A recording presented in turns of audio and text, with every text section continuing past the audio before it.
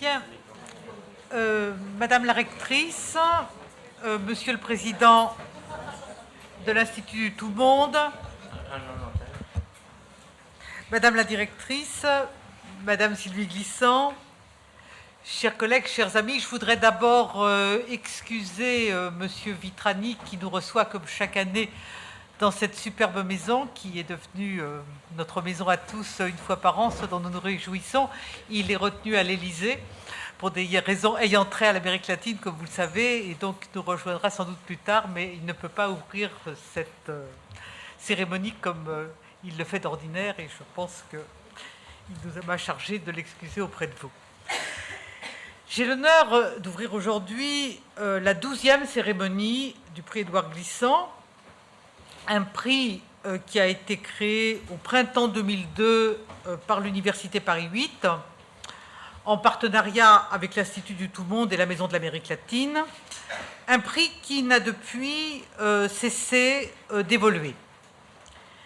Il compte cette année de nouveaux partenaires, tels la région Martinique, que je tiens à remercier vivement d'avoir accepté de se joindre à nous dans ce qui est une belle aventure que nous nous plaisons à entretenir. Grâce à ces nouveaux partenaires, mais aussi grâce au soutien inlassable de Sylvie Glissant, le lauréat du prix se verra offrir la possibilité de séjourner en résidence de création dans la maison d'Édouard Glissant en Martinique. Cette cérémonie est aussi l'occasion de remettre une bourse d'études d'un montant de 5 000 € à un doctorant sélectionné sur appel à candidature, et donc, comme chaque année, le sujet de recherche porte sur le thème de la diversité culturelle, du partage des savoirs, de la pluralité des expériences de pensée dans l'esprit de l'œuvre d'Édouard Glissant. Nous aurons cette année le plaisir de remettre la bourse à Kelvan Tavadadje Amini pour son projet de thèse sur la musique populaire noire, des discours contre-hégémoniques et des représentations de soi. Et je crois que nous l'avions déjà dit l'an dernier, mais il est intéressant de voir comment la musique a d'abord fait une entrée discrète dans ce prix, et aujourd'hui, sous la forme d'une approche de sciences politiques de la musique, et bien évidemment sous l'approche de la musique, elle se taille, si je puis me permettre, la part du lion, et je crois que c'est très intéressant de voir comment d'autres disciplines de plus en plus sont entrées dans notre réflexion commune sur ces prolongements de l'œuvre d'Édouard Glissant.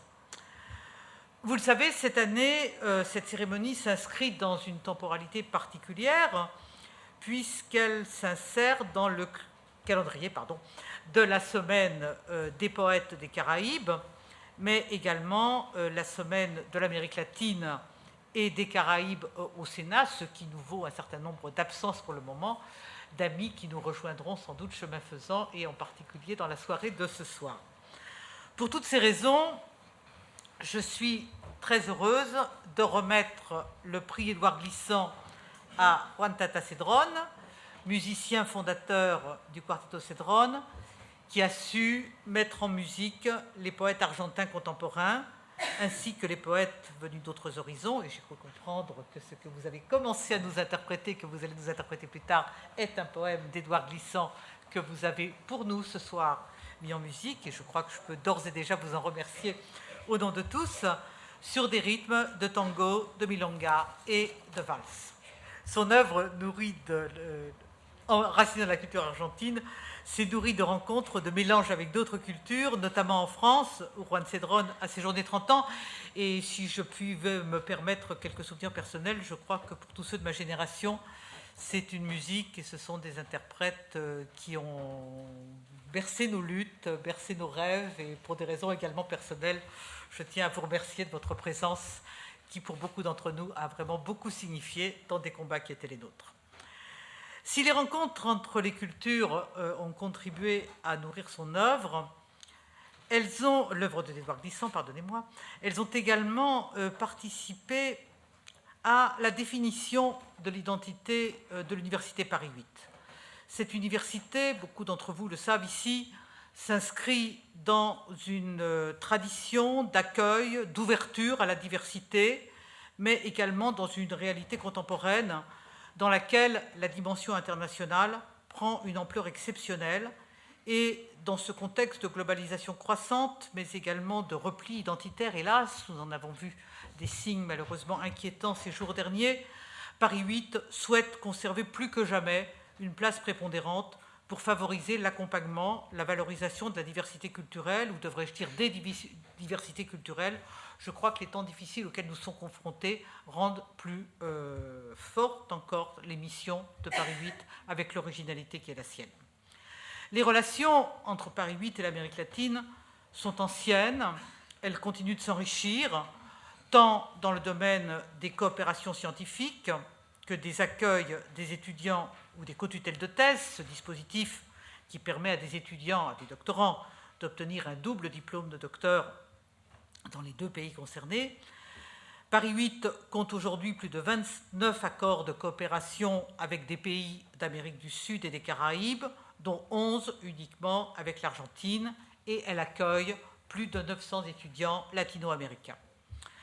À l'heure où les universités, dans une perspective de visibilité internationale, s'engagent dans des logiques de recomposition du paysage de l'enseignement supérieur à travers des processus de regroupement, de coopération, cette logique nous conduit tout à la fois à nous rapprocher d'autres universités et établissements pour créer avec elles, pour donner plus de force avec elles à une culture commune fondée sur des valeurs qui sont des valeurs partagées, avec leur part d'inconnu, mais c'est ce qui nous permet d'aller de l'avant, jusqu'à parler, peut-être, oserais-je, de créolisation des universités, pourquoi ne pas en faire un objectif, une logique qui nous interroge sur ce qui doit constituer, hier comme aujourd'hui, l'identité de notre université. Favoriser toutes les formes d'émancipation à travers la création et la connaissance sont autant d'objectifs qui trouvent leur fondement dans la mise en perspective des valeurs constitutives de l'identité de Paris 8, dans ce contexte singulièrement transformé par la mondialisation croissante de l'enseignement et de la recherche, les bouleversements du territoire, la révolution numérique, avec tous les dangers qu'elle recèle, sans doute, mais également toutes les potentialités qu'elle peut ouvrir. Il dépend de nous d'en faire un usage qui soit un usage responsable et créateur.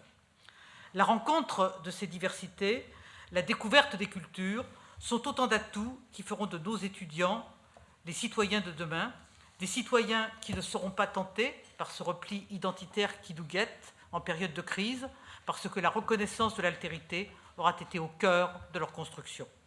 La remise du prix Édouard Glissant est un moment convivial, puisqu'à l'issue de la cérémonie, un cocktail vous sera proposé, suivi d'une soirée poétique et musicale, à laquelle nous aurons le plaisir d'écouter la lecture de poèmes, mais également l'interprétation musicale de Kelvan Badadje Amini, lauréat de la Bourse, ainsi que celle de Anis Farji, lauréat de la Bourse en 2013.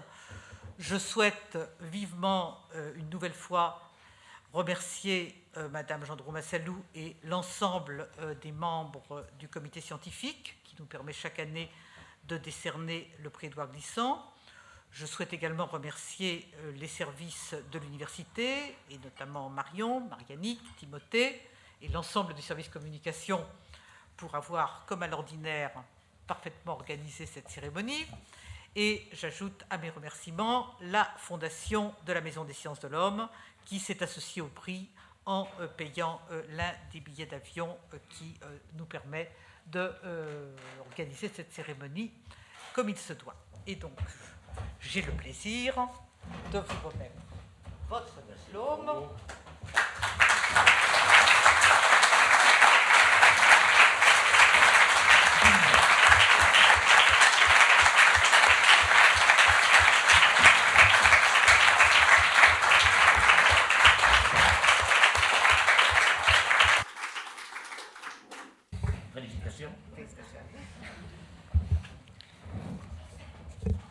Bien, je ne ferai pas un discours.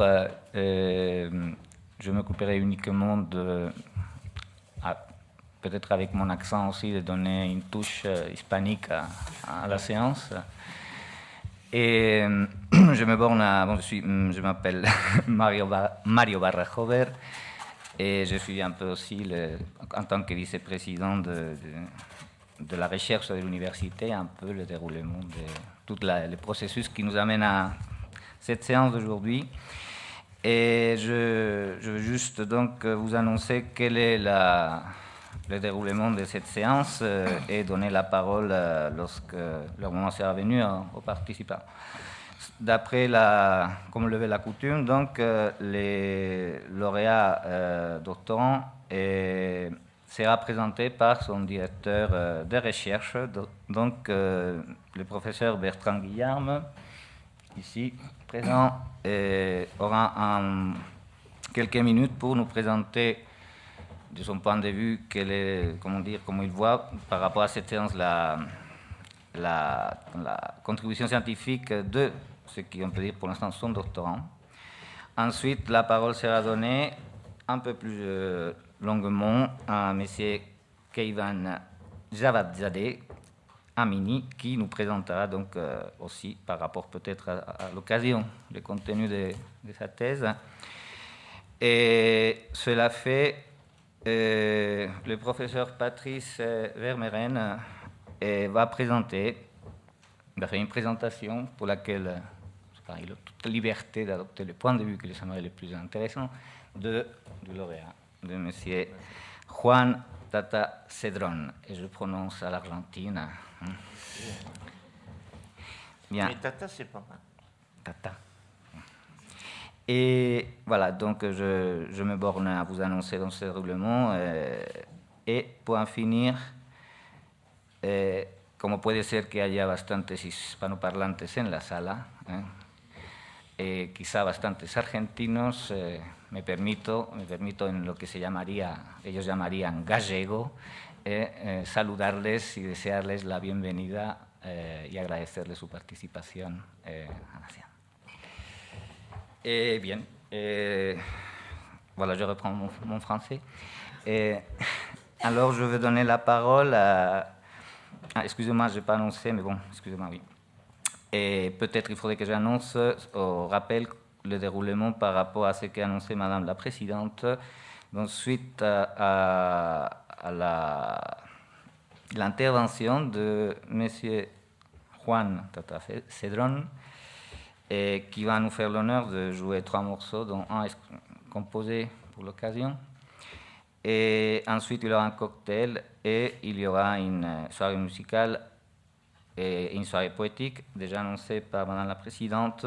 Juste, je voudrais signaler le fait qu'une idée qui nous est venue et qui me semble intéressante, c'est que dans cette soirée, il y aura la participation de lauréat même, qui est musicien lui-même, ainsi que le lauréat précédent, M. Anis Farigi, et ensuite la lecture, ou en alternance la lecture des textes poétiques et tout ce qui a été déjà dit.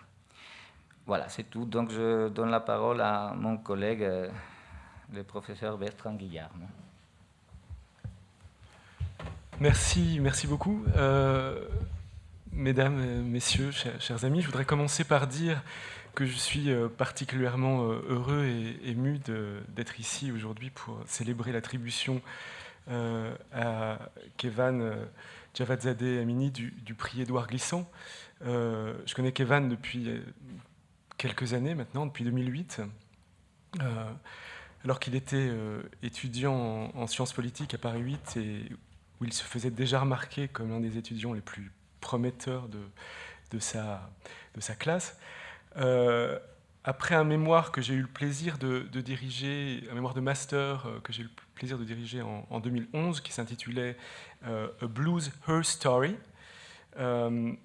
Keivan s'inscrit en doctorat de sciences politiques sous la codirection de ma collègue Elsa Dorlin et de moi-même, et entreprend une recherche doctorale sur les représentations de soi construites par les artistes noirs dans la musique populaire de blues et de rap aux États-Unis depuis les années 1920. Keivan cherche en particulier à analyser la généalogie des normes à l'articulation de la race, du genre et de la sexualité, qui sont construites par ces artistes, avec comme hypothèse centrale l'idée que ces normes constituent une dimension de la résistance de ces artistes aux normes dominantes de la féminité racisée telles qu'elles sont convoyées par les industries culturelles dans lesquelles ces femmes doivent construire leur parcours. Le travail de Kevan s'appuie sur une connaissance particulièrement fine du corpus musical, mais aussi sur les outils forgés par les théoriciennes du Black Feminism. Je pense à Angela Davis, à Patricia Hill Collins ou encore à Tricia Rose, avec laquelle Kevan a récemment collaboré à Brown University, comme sur des perspectives plus classiques de sciences sociales. Je pense à Goffman ici, ou de philosophie, je pense à Gramsci, qui a une importance dans le travail de Kevan. Ce qui conduit Kevan à construire très patiemment une recherche originale,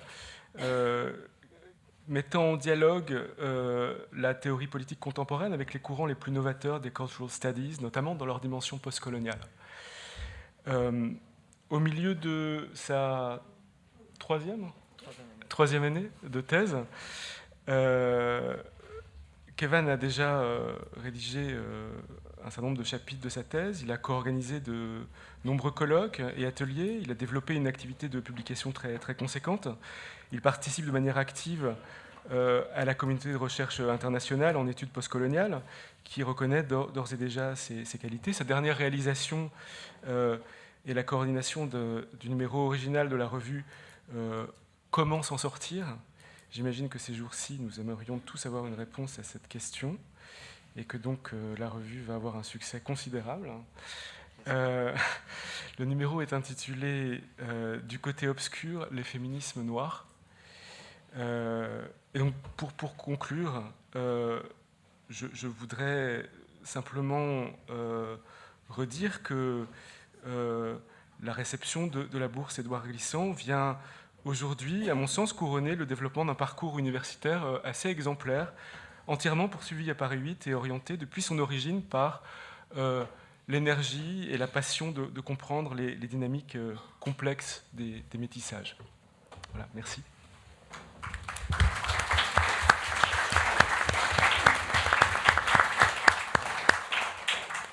Bon, merci Bertrand. Donc, je donne la parole au lauréat, qu'on écoutera avec plaisir.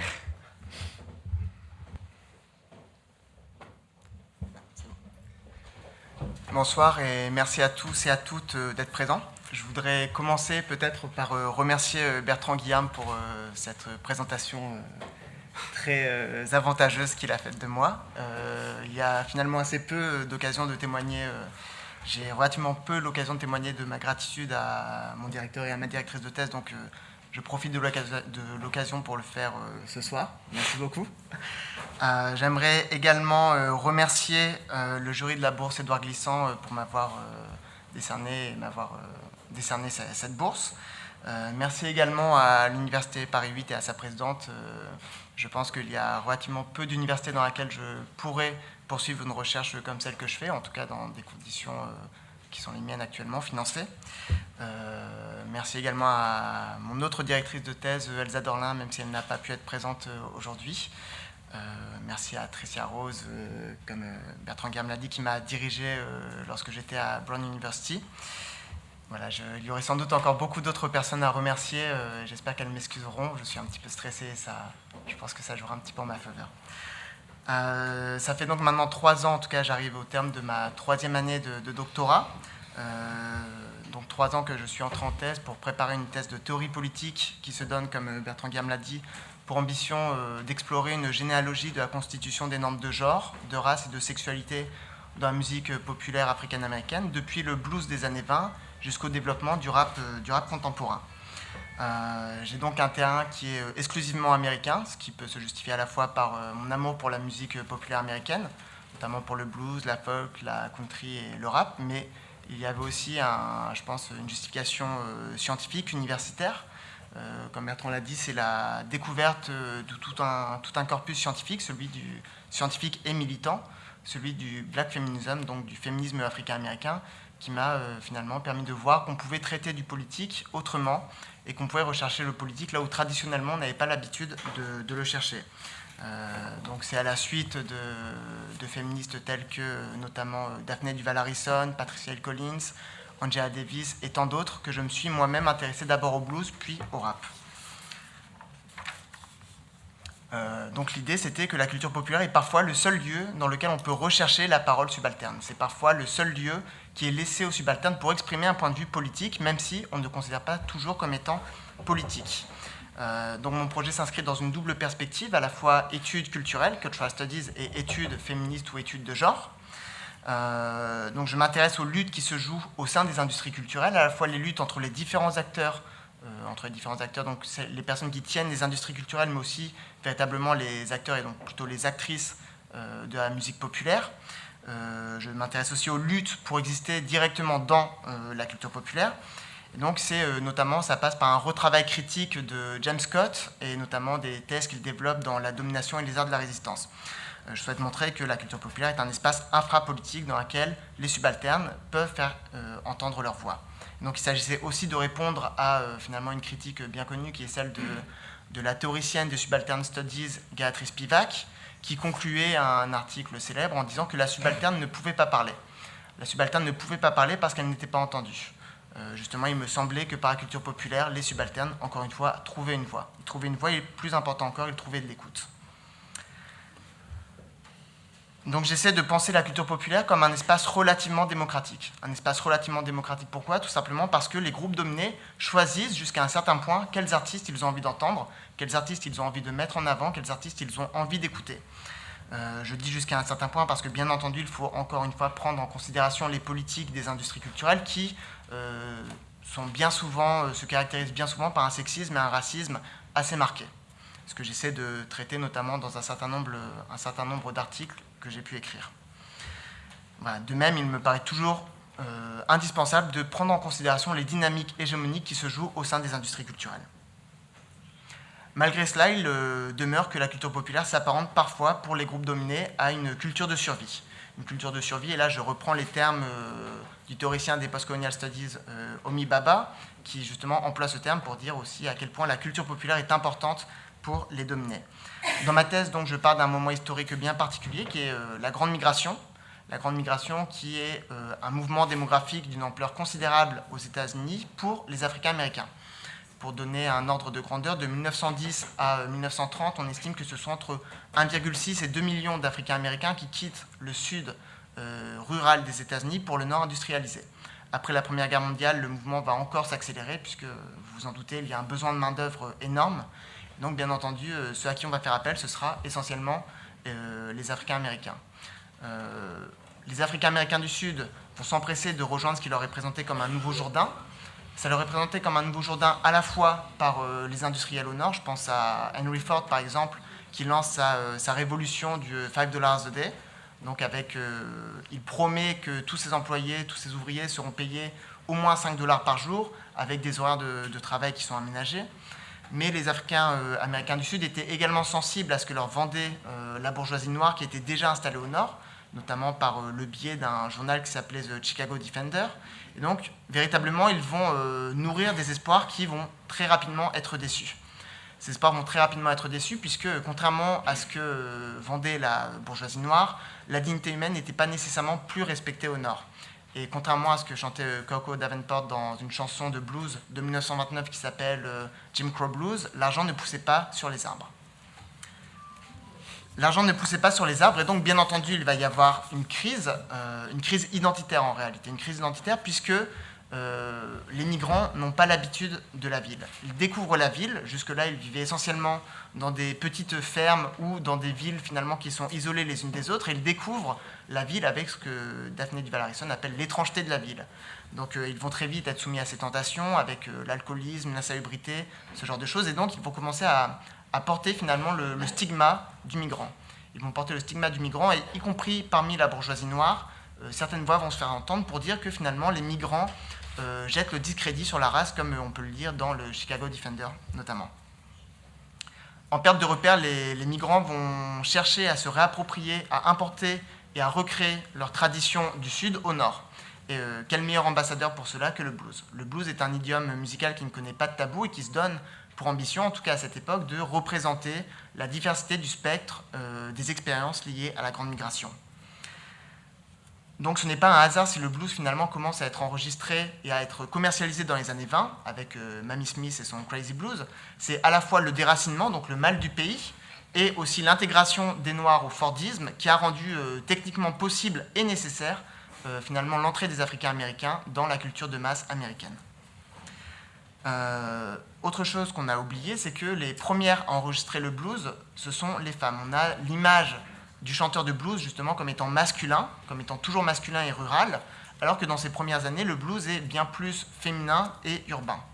Là encore, j'essaie dans ma thèse de m'intéresser justement aux raisons qui poussent à cette invisibilisation des femmes noires. Et donc j'essaie un peu, pour reprendre l'expression de Walter Benjamin, de brosser l'histoire à rebrousse-poil et de le faire du point de vue des femmes. C'était pour ça que j'avais nommé mon mémoire de Master 2, A Blues Her Story, justement, faire l'histoire du point de vue des femmes.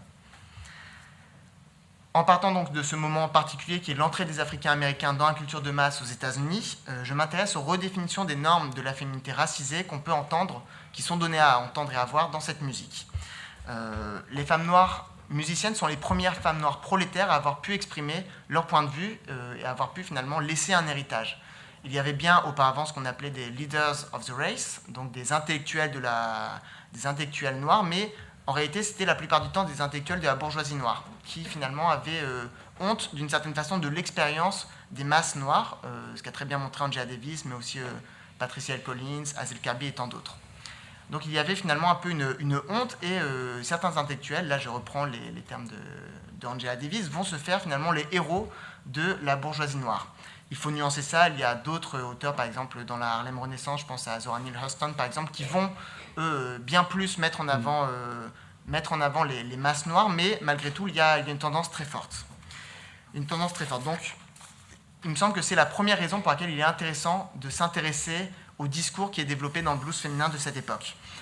Les chanteuses de blues épousent le point de vue des femmes noires migrantes, qui représentaient une minorité, puisque la migration, la grande migration, c'était un phénomène qui était avant tout genré. C'était surtout les hommes qui prenaient part à la grande migration.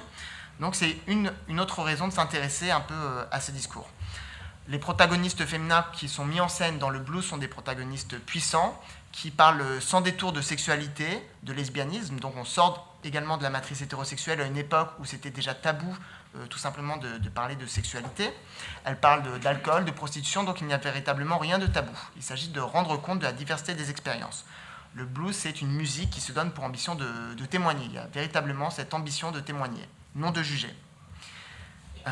Comme l'une des plus grandes chanteuses de blues de cette époque, Ida Cox, le chante, « White women don't have the blues », ce qu'on pourrait traduire de manière imparfaite par celles qui n'ont pas froid aux yeux n'ont pas le blues, n'ont pas le cafard. Et c'est pourquoi le blues féminin, depuis le travail pionnier de Daphne Duval Harrison, constitue un terrain d'investigation privilégié pour le black feminism.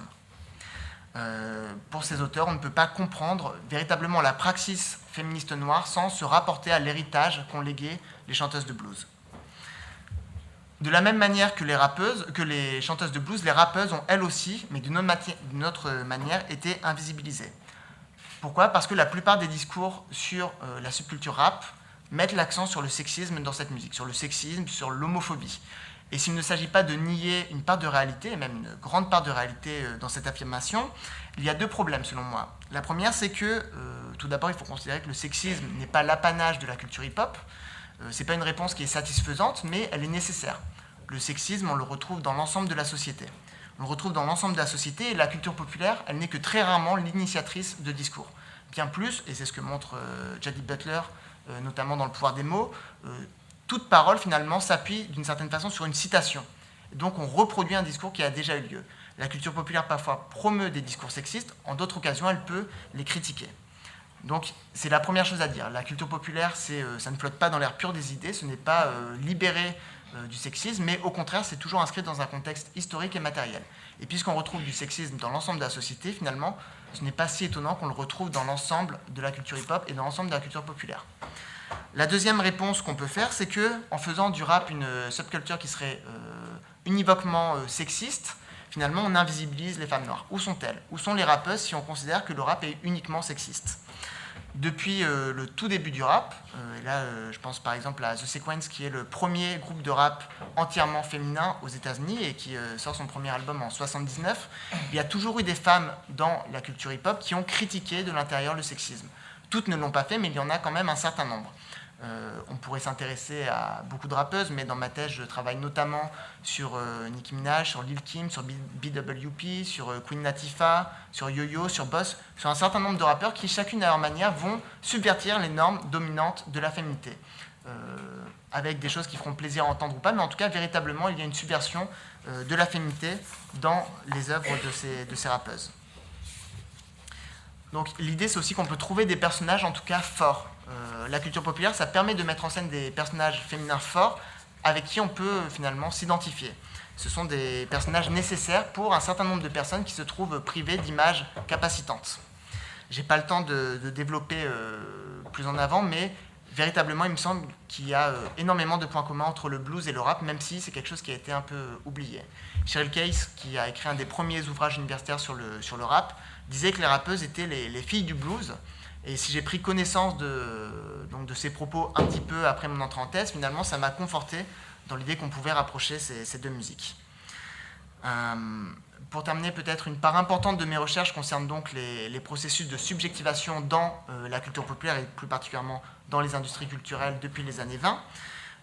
Comment est-ce que des femmes noires, prolétaires, et donc soumises à différents rapports de domination, multiples et imbriqués, donc c'est la question de l'intersectionnalité, comment est-ce que ces femmes arrivent à négocier leur identité au sein des industries culturelles et comment est-ce que les images qui sont mises en scène subvertissent ou au contraire réifient les normes de la féminité racisée? Quelle possibilité pour les femmes noires musiciennes de développer un discours qui ne rentre pas dans le cadre hégémonique? Vous le voyez, donc l'identité est un concept central dans mes recherches, à la fois l'identité et la culture, ce que Stuart Hall appelle l'identité culturelle, et c'est dans cette perspective notamment que je fais dialoguer trois auteurs, qui sont Paul Gilroy, bien entendu, mais aussi Stuart Hall et Édouard Glissant, justement pour essayer de ne pas essentialiser à la fois l'identité et la culture et de penser toujours les multiples phénomènes de créolisation et d'hybridation qui se jouent au sein de la culture populaire. Et il me semble que la culture populaire des Africains-Américains est à ce titre exemplaire. Je vous remercie beaucoup pour votre attention et je laisse la parole à Patrice Vermeuren et félicitations également à Juan Tata Cedrón pour son prix.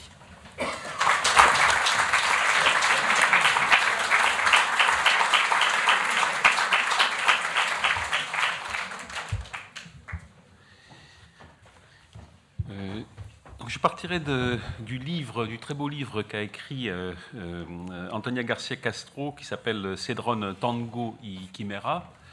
Antonia Garcia Castro, qui est bien connue ici, et en particulier par Madame Gendron Massalou, qui lui avait donné un prix de la chancellerie du rectorat de Paris pour sa thèse sur les disparus au Chili, et qui est aussi donc, la compagne de Juan Cedrón.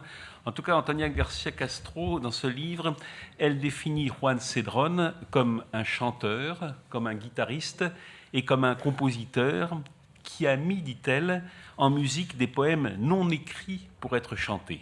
C'est-à-dire, dit-elle, qu'il a fait de la chanson. Sa biographie, elle est inextricablement mêlée à ce quartetto Cedrón qui existe comme unité, mais aussi comme chimère, figure étrange et fabuleuse, à 4 têtes, 4 cœurs, 8 mains et 8 pieds. Et le livre d'Antonia Garcia Castro porte en exergue une citation de Shakespeare, qui est celle-ci. « Lire. Quoi? Es-tu fou? Un homme n'a pas besoin de ses yeux pour voir comment va le monde. Regarde avec tes oreilles. » Juan Cedrón est donc défini comme, premièrement, ayant mis en musique des poèmes non écrits pour être chantés, et puis, deuxièmement, comme regardant le monde avec ses oreilles. Il est né le 28 juin 1939 à Buenos Aires, dans le quartier de Núñez, deuxième d'une famille de 6 enfants. Il s'installe ensuite à Mar del Plata, et c'est son grand-père qui l'a appelé Tata. Tata parce qu'il parlait avec des T. Les gamins de Núñez lui donnaient des sous pour dire des gros mots. Tate-terre toutre. Tout ce qui vient ensuite, à partir de 15 ans, c'est la musique et la poésie, avec comme origine réelle ou mythique le sous-sol du bar Le Gotan, rue Talcahuano à Buenos Aires, c'est-à-dire le Gotan tango à l'envers, en 1965, et puis l'atelier Garibaldi à la Boca, où son frère fait de la peinture, où il répète et il joue, où se tiennent aussi des réunions syndicales, et le trio qu'il forme avec César Strochio et Miguel Prano, le premier enregistrement Madrugada et El Último Organito sur un poème de Juan Gelman. Donc d'un côté, il a composé non seulement une musique, mais aussi un texte, et de l'autre côté, il a pris un poème de Juan Gelman. Et il y aura toujours ça dans toute l'œuvre de Juan Cedrón. Ensuite, il y aura l'exil en France, parce que la prise du pouvoir de Onganía en 1966 rend la vie insupportable et que la police fait tous les jours une descente à l'atelier Cedrón. Il restera 30 ans en France pour ne rentrer en Argentine qu'en 2004. Donc, rien n'est évident pour situer Juan Cedrón dans la taxinomie convenue. Du tango, Juan dit qu'il est une façon de penser la vie des Argentins, surtout des gens de la ville, avec sa philosophie et ses concepts, l'envie, l'amitié, l'amour, la rancœur, la douleur, l'astuce, le vol, l'arnaque. Tout est dans le tango. Mais en même temps, Juan Cedrón revendique de faire tout autre chose que du tango, avec une attention portée à nul autre pareil, et à nul autre pareil dans le domaine du tango, au texte et au son. Il peut prendre part aussi à une activité politique de soutien ou de dénonciation, mais sa chanson n'est pas du tout de l'ordre de la chanson militante ou engagée. Jamais, écrit Antonia García Castro, la politique ne s'est imposée à la poétique, même si l'ombre des amis disparus ou assassinés pendant la dictature militaire hante les cantates, les fameuses cantates comme le chant du coq et comme Chance. En 1973, en 1977. Je cite, « L'anthologie poétique du Quarteto Cedrón serait effectivement une histoire chantée, fantastique et en même temps rigoureusement vraie. Vision de notre XXe siècle en vers, en notes, en rêves et en cauchemars », écrit donc encore Antonia. Et donc c'est ainsi peut-être que l'on peut comprendre comme un destin la cérémonie de ce soir où il lui est attribué donc le prix Édouard Glissant. Glissant, c'est le poète de l'antillanité, donné comme un vœu. C'est aussi le poète de la créolisation, en tant que, comme le dit Glissant lui-même, elle est un mouvement perpétuel d'impénétrabilité culturelle et linguistique qui fait qu'on ne débouche pas sur une définition de l'être.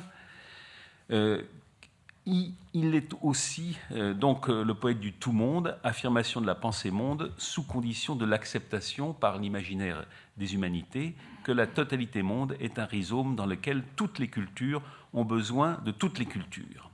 Et surtout, comme on le disait encore dans un hommage à Édouard Glissant à la Fondation Maison des Sciences de l'Homme, comme le disait Edwy Plenel, dans cet hommage organisé par Nelson Vallejo, le présupposé du poète-philosophe de la relation, Édouard Glissant, c'est l'égalité. Et donc on pourrait voir chez Juan Cedrón la même passion pour la communauté des égaux.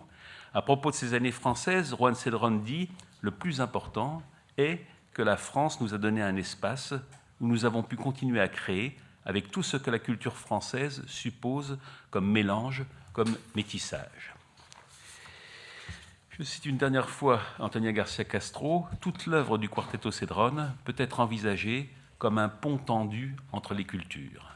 Culture rurale et culture urbaine de l'Argentine, entre culture latino-américaine et culture européenne. C'est ainsi que Juan Cedrón entend prêter sa voix et c'est ainsi que cette œuvre fait une place à Bertolt Brecht et dans le même temps au plus anonyme des artisans mayas. C'est dans ce pari sur un dialogue possible entre des hommes habités par leur terre que l'œuvre de Juan Cedrón peut rencontrer celle d'Édouard Glissant. Et Antonia, à qui on doit donc ces lignes, cite à la fin de son livre ce couplet écrit par une femme qui se nomme Balvina Ramos. Donc nous sommes au bar Le Citoyen à Mar del Plata en février 2009 et cette femme écrit sur un bout de papier, sur la nappe, ces 5 vers. « Hier soir au Citoyen, sous un saule pleureur, j'ai vu pleurer une guitare, un homme la consolait et c'était Tata Cedrón. » Sans nul doute, Édouard Glissant aurait aimé savoir que le prix qui porte son nom revienne aujourd'hui à Juan Cedrón.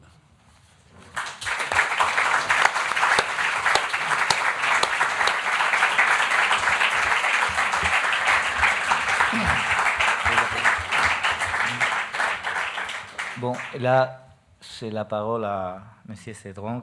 La parole, l'espace, les sons, c'est à lui de s'exprimer comme il trouvera pertinent. Ah, voilà, c'est bien organisé. Bon, rien. Merci à tous. Laissez-moi respirer un peu. Je craque parfois. Mais je crois que c'est très important pour le travail que nous avons fait avec le quartetto. 50 ans de boulot. Ici, il y a la fille de Marie Mata qui nous a reçus quand on est arrivé l'année 72. Voilà, il nous disait, soyez intelligents, parlez bien, expliquez bien vos problèmes politiques pour convaincre les Français pour vous aider, Madame Marie Mata. Voilà, ça.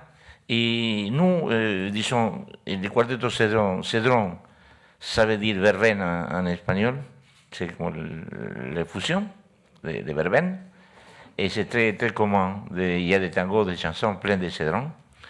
Et alors les journalistes disaient Cédron, et alors j'ai resté Cédron. En réalité, on était toujours en groupe, on était toujours ensemble, on n'a jamais travaillé tout seul. C'était un duo, un trio, un quartetto. D'abord, c'était avec Estrosio. Miguel Praino, qui n'a pas pu venir aujourd'hui, mais qui habite ici en France, parce qu'il y a des enfants, des petits-enfants. Et c'est l'unique rapport de famille qu'il a, ses enfants et ses petits-enfants, c'est lui. Sa femme vient de mourir. Bon, il y a mon fils Roman Cédron, qui était 35 ans au quartetto en tant que contrebassiste. Il y a Daniel Cabrera, qui est bandoneon uruguayen aussi, vie d'exilé, professeur à l'université d'histoire, un grand professeur, qui est présent ici dans la salle. Voilà, bandoneon uruguayen, 25 ans. Et il y a aussi un autre bandoneoniste à Buenos Aires qui est avec moi, un enfant. Et voilà, mon fils Emilio. Il y a toujours beaucoup de gens aux côtés du quartetto pour travailler ensemble. Et j'avais un frère, architecte, mort ça fait 5-6 ans. Il disait que, pour expliquer comment il faisait des maisons sociales, il faisait des maisons sociales. Mais je les faisais avec les gens, toujours avec les gens. J'ai jamais travaillé tout seul, même je ne suis pas né seul, j'étais jamais avec mon frère. Comme ça, on n'est jamais seul. On a fait toutes les choses ensemble. Et ça, on l'a fait à Buenos Aires, dans des moments difficiles, et moments après, vous savez déjà, sur la date de ma naissance, c'était l'année 40, 39, pour être plus précis. Et alors j'ai pris les années 40, que c'était un paradis culturel en Argentine, extraordinaire, un paradis. Il y avait de la musique folklorique, du tango, de la salsa, du jazz, rock allemand, on écoutait Nat King Cole en espagnol. C'était un régal musical populaire d'une qualité énorme. Qualité. C'était populaire de grande qualité. Alors on a grandi avec ça.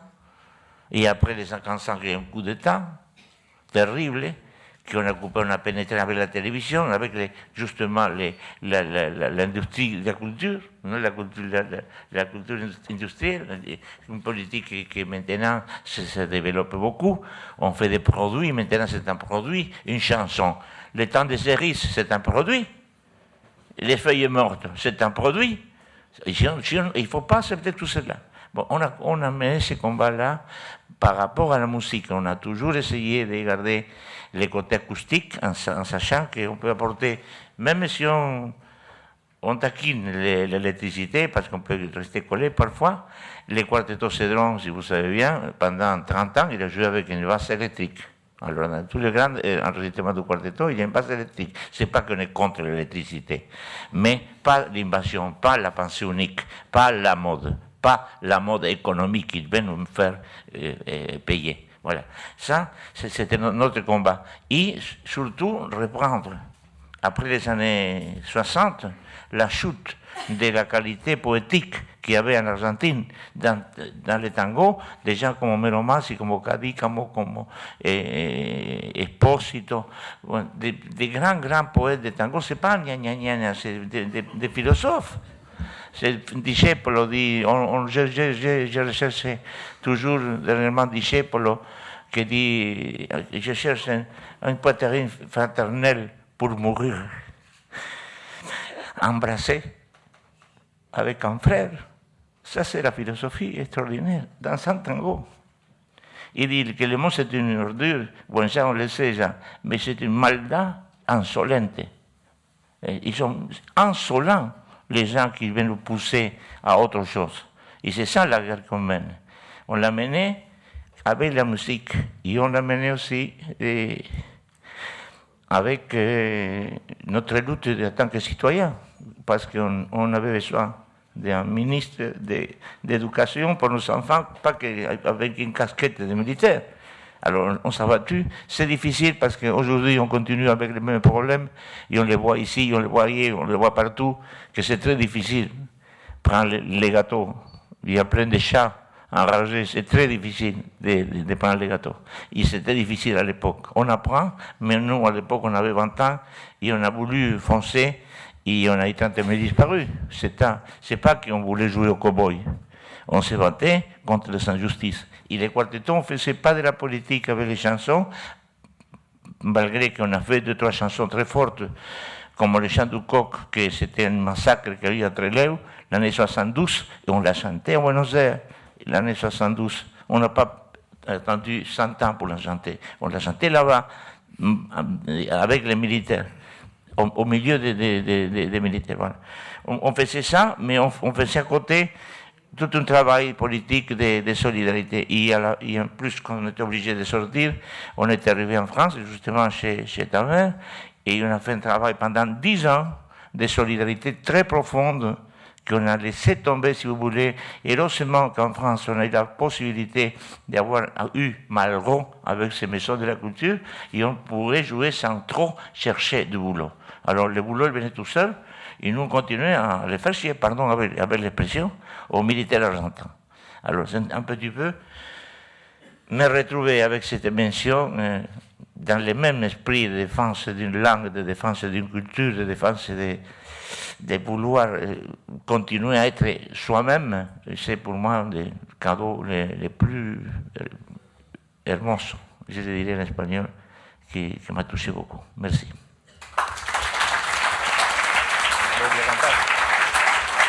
¿Está bien?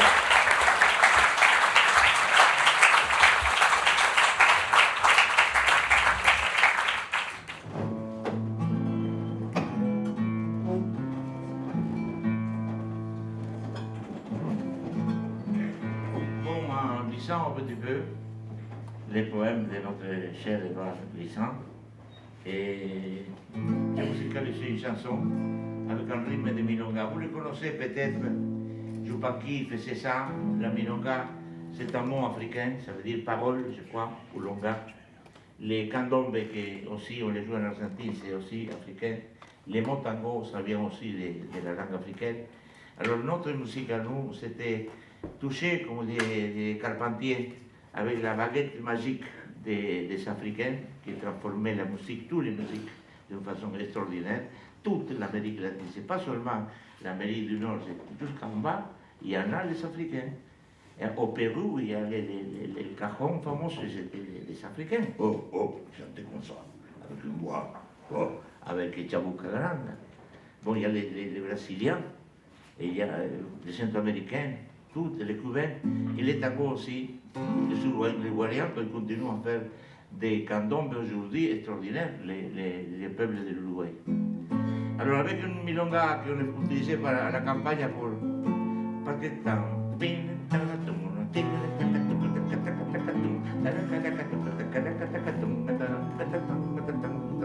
et une africaine commence à danser. Voilà. C'est le rythme qu'on appelle 3-3-2, qui est presque dans toutes les musiques de l'Amérique du Sud. Alors un petit milonga, Antel. Il se dit à peine que déjà mourir, ce n'est rien fini. Il se dit à peine que déjà mourir, ce n'est rien fini. La Il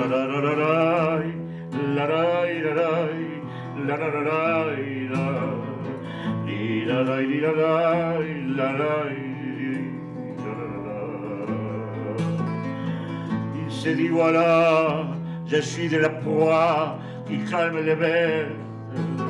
Il s'est dit voilà, je suis de la proie qui calme les bêtes.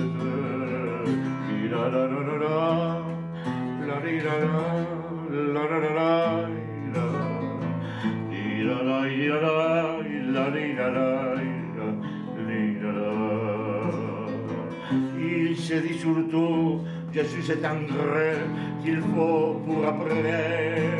Il se dit tout, je suis cet engrais qu'il faut pour après. La la la la la la la la la la. Il se dit surtout, je suis cet engrais qu'il faut pour après.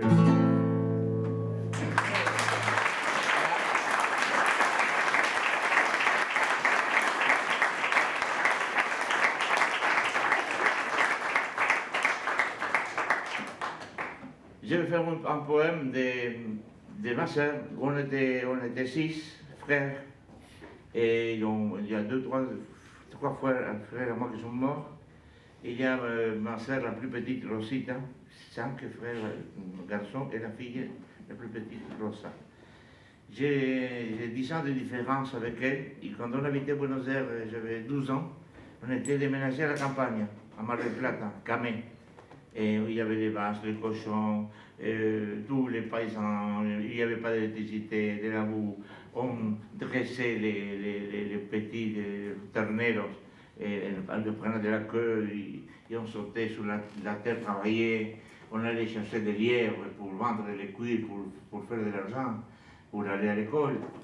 Et voilà, on était très heureux. Et dernièrement, j'ai commencé à ramasser les poèmes de ma soeur pour les éditer. Et j'ai regardé un poème, j'ai dit, mais comment? J'avais 12 ans, elle avait 2 ans, elle a raconté des histoires dès qu'on a vécu dans cet endroit extraordinaire. Et comment cette fillette, là, de 2 à 8 ans, elle a pu écrire ça. Voilà. La démarche, tu veux la lire, s'il te plaît? Les autres causes. Les matins givrés, les mains glacées, la gelée qui se dissipe sur la terre travaillée, la lune de Camay à l'horizon, la nuit noire au-dessus des pins, les lucioles, les étés.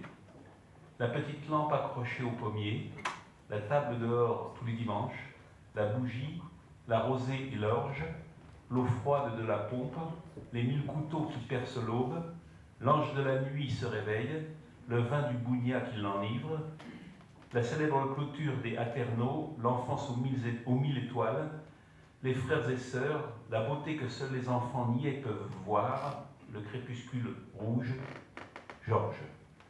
Toutes ces causes ont été nécessaires pour qu'aujourd'hui, la lune et la poésie soient sœurs dans le mystère. Le mystère est une rédemption. Les matins givrés, les mains glacées. Rosa Cedrone.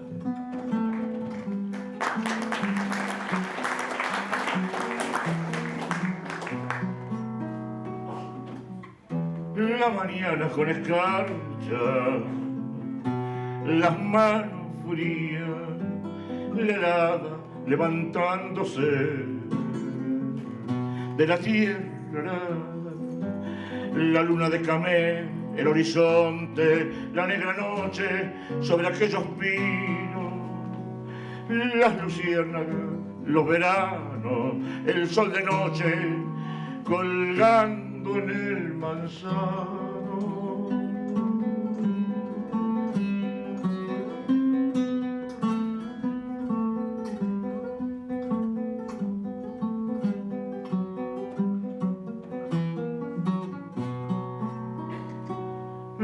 La mesa fuera los domingos, la avena, el rocío y la cebada, el frío aquel del agua de la bomba, los 1000 cuchillos agujereando el alba. El ángel de la noche se despierta, el vino de retinto que lo embriaga. La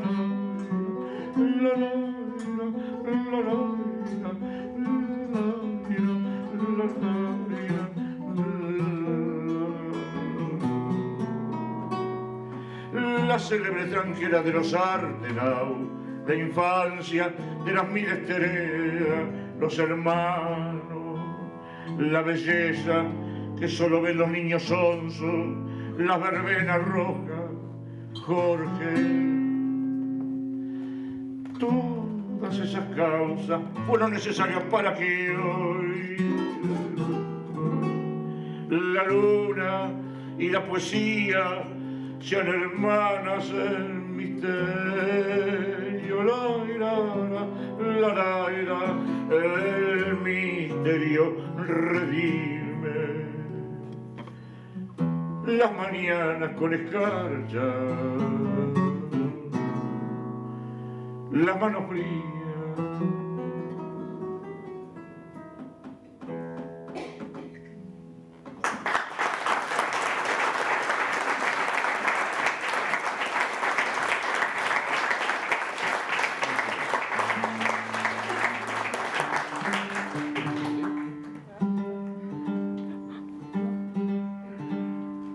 ¿Una más? Sí. Sobre una poesía de un querido amigo de Julio Cortázar, que era un dulce, un bondadoso, un hombre solidario, con mucho humor, muchísimo humor. Canción sin verano.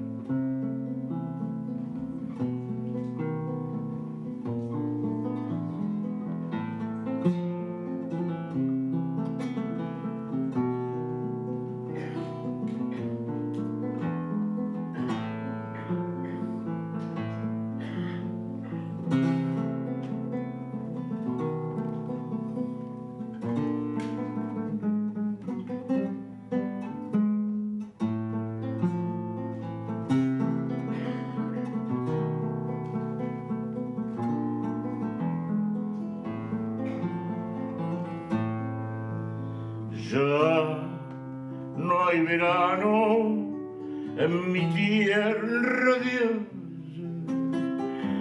solo nostalgia de lo que se fue, muerta las manos, callada la voz de los amigos que el odio destruyó. Lejos, tan lejos, mi claro país, sol de ceniza, luna tan gris.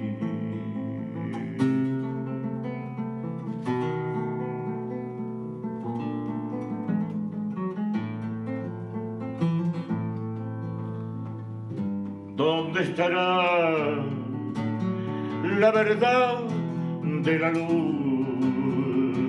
¿Dónde el verano con su cielo azul? Ya no hay sonrisa, caricia de amor. Es tan de noche para mi corazón, lejos, tan lejos, mi claro país. Sin un verano, sin un camino.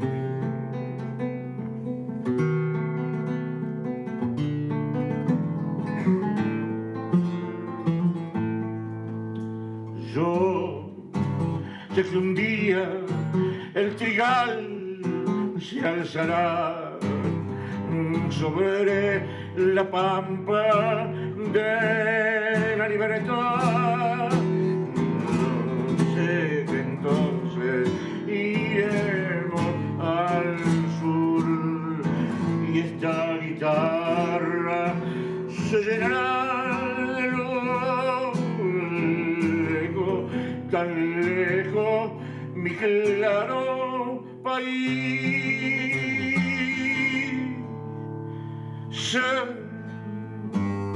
tan cerca siempre de mí.